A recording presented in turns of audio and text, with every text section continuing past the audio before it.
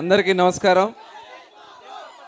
చాలా సంతోషం. ఈరోజు మన విజయవాడ మహానగరంలో మరి సూపర్ స్టార్ కృష్ణ గారి విగ్రహాన్ని మరి ఇప్పుడే ఆవిష్కరించుకోవడం జరిగింది.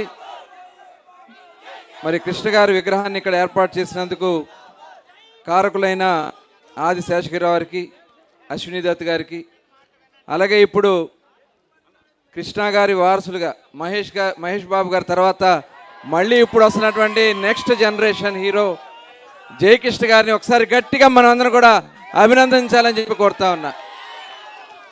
ఎందుకంటే కృష్ణ గారి మన మొట్టమొదట గుర్తొచ్చేది విప్లవాత్మకమైనటువంటి చిత్రాలు. అల్లూరి సీతారామరాజు ఇప్పటికి కూడా మన గుండెల్లో అల్లూరి సీతారామరాజు అంటే ఎలా ఉంటారో తెలియదు, కానీ కృష్ణ గారి రూపంలో మనకు అల్లూరి సీతారామరాజు గారిని చూపించినటువంటి ఘనత మనం ఈ సందర్భంగా గుర్తు చేసుకుంటా ఉన్నాం.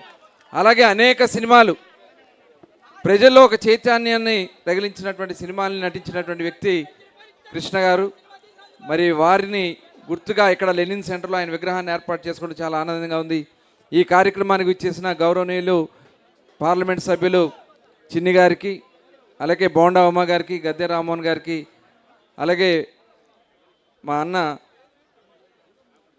అన్నగారికి కూడా ప్రత్యేకంగా ధన్యవాదాలు తెలియజేసుకుంటూ మరొకసారి ఈ కార్యక్రమం మరి రఘురామ కృష్ణరాజు గారు కూడా వచ్చారు, వారికి కూడా ధన్యవాదాలు తెలియజేసుకుంటూ సెలవు తీసుకుంటా ఉన్నాను. జై హింద్.